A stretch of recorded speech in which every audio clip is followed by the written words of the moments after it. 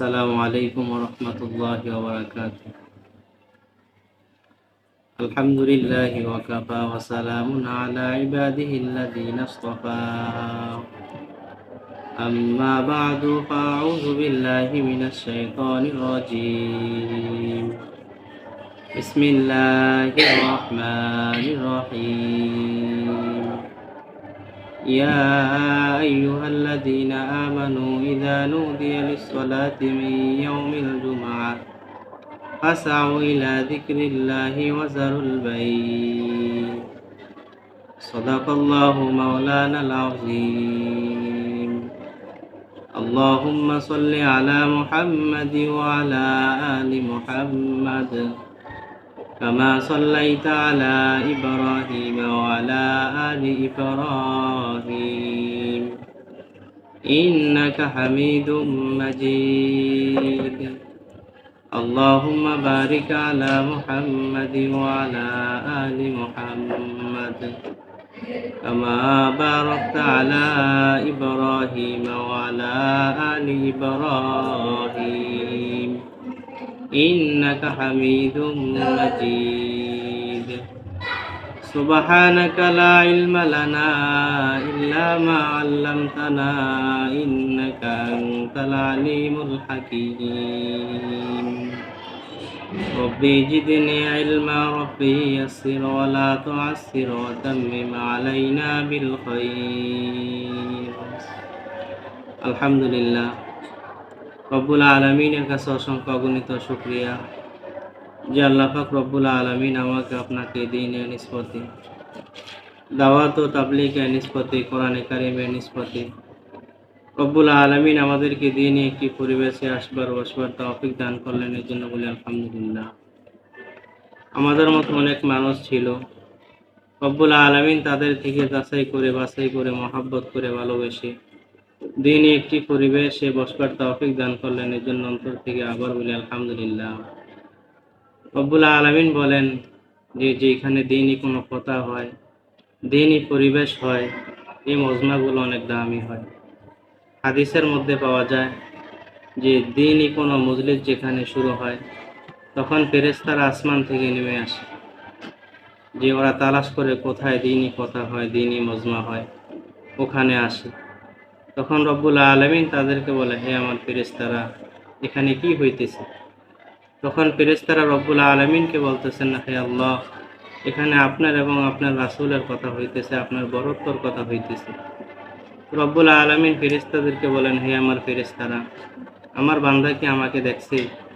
তখন ফেরেশতারা বলতেছে, না আল্লাহ, আপনার বান্দা তো আপনাকে দেখে না। তখন রব্বুল আলামিন বলেন, হে আমার ফেরেশতারা, তোমরা সাক্ষী থাকো, আমার বান্দা আমাকে না দেখে এত ইবাদত বন্দেগী করতেছে, দ্বীনি মজলিস করতেছে, তোমরা সাক্ষী থাকো, আমি আমার বান্দাগুলোকে মাফ করে দিয়েছি। এজন্য যেখানে দ্বীনি কথা হয়, দ্বীনি মজলিস হয়, রব্বুল আলামিনের বরত্বর কথা হয়, রব্বুল আলামিন ওই মজমাগুলোকে অনেক দামের কথা বলেছেন। তো আমি কোরআনে কারিম থেকে একখানা আয়াত তেলাওয়াত করেছি। রব্বুল আলামিন যদি আমাকে তৌফিক দান করে অল্প সময়ের মধ্যে কোরআন ও হাদিস থেকে 2-4টা কথা বলবো ইনশাআল্লাহ। রব্বুল আলামিন পবিত্র কোরআনের মধ্যে বলেন, ইয়া আইয়ুহাল্লাযীনা আমানু ইযা নুদিয়া লিস-সালাতি মিন ইয়াউমিল জুমআতি ফাসআউ ইলা যিকরিল্লাহি ওয়া যারুল বাই'। রব্বুল আলামিন পবিত্র কোরআনের মধ্যে বলেন, হে ঈমানদারগণ, জুমার দিন যখন নামাজের জন্য আহ্বান করা হয়, জুমার নামাজের জন্য যখন তোমাদেরকে আহ্বান করা হয়, তখন তোমরা আল্লাহর ঘরে আসো, জুমার নামাজ আদায় করো। রব্বুল আলামিন পবিত্র জুমার দিনের কথা বলেছেন, যে যখন জুমার দিন তোমাদেরকে আহ্বান করা হয়, জুমার দিন তোমাদেরকে ডাকা হয়, তোমরা রব্বুল আলামিনের ঘরে আসো, রব্বুল আলামিনের কদমে সিজদা দাও। তো আমরা যে জুমার সালাত আদায় করতেছি, জুমার নামাজ আদায় করতেছি, এক সপ্তাহ হওয়ার পরে যখন জুমার দিন আসে, জুমার জন্য মসজিদে আসি, নামাজ আদায় করি, এই জুমা কোথায় থেকে শুরু হয়েছে, জুমার নামাজ কোথায় থেকে আরম্ভ হয়েছে একটু জানা দরকার। রাসূল আকরাম সাল্লাল্লাহু আলাইহি ওয়াসাল্লামের জন্মের অনেক বছর আগে, রাসূল দুনিয়াতে আসার অনেক বছর আগে কাব ইবনে লুকাই কাব ইবনে লুকাই তিনি রাসূলের পূর্বপুরুষ ছিলেন। উনি তৌহিদি বিশ্বাসী ছিল। তিনি জুমার দিন কুরাইশদেরকে একসাথে করে ওয়াজ নসিহত করতেন, রব্বুল আলামিনের বরত্বর কথা বলতেন। ইহুদিরা শনিবার ইবাদত বন্দেগী করত, খ্রিস্টানরা রবিবার ইবাদত বন্দেগী করত।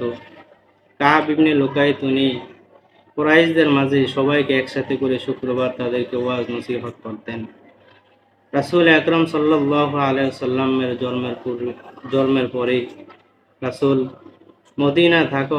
মক্কাতে থাকা অবস্থায় জুমার সালাত আদায় করতে পারেন নাই। কাফের বেঈমান মুশরিকরা রাসূলকে অনেক কষ্ট দিত। রাসূল যখন মক্কা থেকে হিজরত করে মদিনায় গেলেন, মদিনায় যাওয়ার পরে বনি সালামা এক গোত্রের নাম, ওইখানে পৌঁছার পরে আল্লাহ তাআলা জুমার আয়াত নাজিল করে দিলেন আর বললেন, ইয়া রাসূলুল্লাহ, ইয়া হাবিবাল্লাহ, আপনি আজকের থেকে জুমার নামাজ আদায় করেন।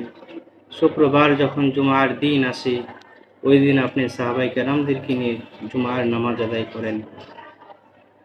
তো আমরা যখন জুমার দিন মসজিদে যাই, রাসূল আকরাম সাল্লাল্লাহু আলাইহি ওয়াসাল্লাম বলেন যে জুমার দিন আসলে তোমরা আগে আগে মসজিদে যাও, কারণ রব্বুল আলামিন বলেন যে বান্দা যখন জুমার দিন সর্বপ্রথম মসজিদে যায়, বান্দার জন্য আল্লাহ পাক রব্বুল আলামিন কয়টা পুরস্কার রেখে দিয়েছে।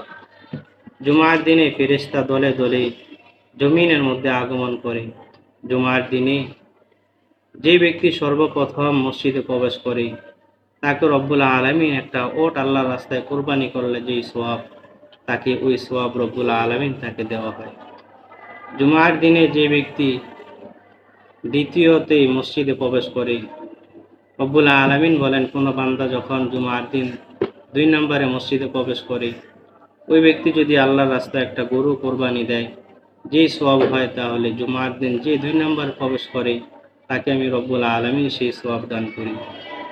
3 নম্বরে যে ব্যক্তি জুমার দিন মসজিদে প্রবেশ করে, কোনো ব্যক্তি যদি আল্লাহর রাস্তায় একটা ছাগল কোরবানি দিলে যেই সওয়াব হয়, ওই ব্যক্তি 3 নম্বরে মসজিদে প্রবেশ করার কারণে আমি রব্বুল আলামিন তার আমলনামার মধ্যে এই সওয়াবটা লিপিবদ্ধ করে ফেলি। জুমার দিন যে ব্যক্তি 4 নম্বরে মসজিদে প্রবেশ করে, কোনো ব্যক্তি যদি একটা মুরগি আল্লাহর রাস্তায় দান করে যে সওয়াব হয়, ওই ব্যক্তিকে এই সওয়াবটা দেওয়া হয়। যে ব্যক্তি জুমার দিন 5 নম্বরে মসজিদে প্রবেশ করে, একটা ডিম আল্লাহর রাস্তায় দান করলে যে সওয়াব হয়, আল্লাহ পাক রব্বুল আলামিন তাকে এইভাবে তার আমলনামার মধ্যে সওয়াব লিপিবদ্ধ করে দেয়। এভাবে আস্তে আস্তে ধাপে ধাপে মানুষ যখন মসজিদে ধাবিত হয়, জুমার দিন প্রবেশ করে, রব্বুল আলামিন তাকে এভাবে সওয়াব লিপিবদ্ধ করতেই থাকে।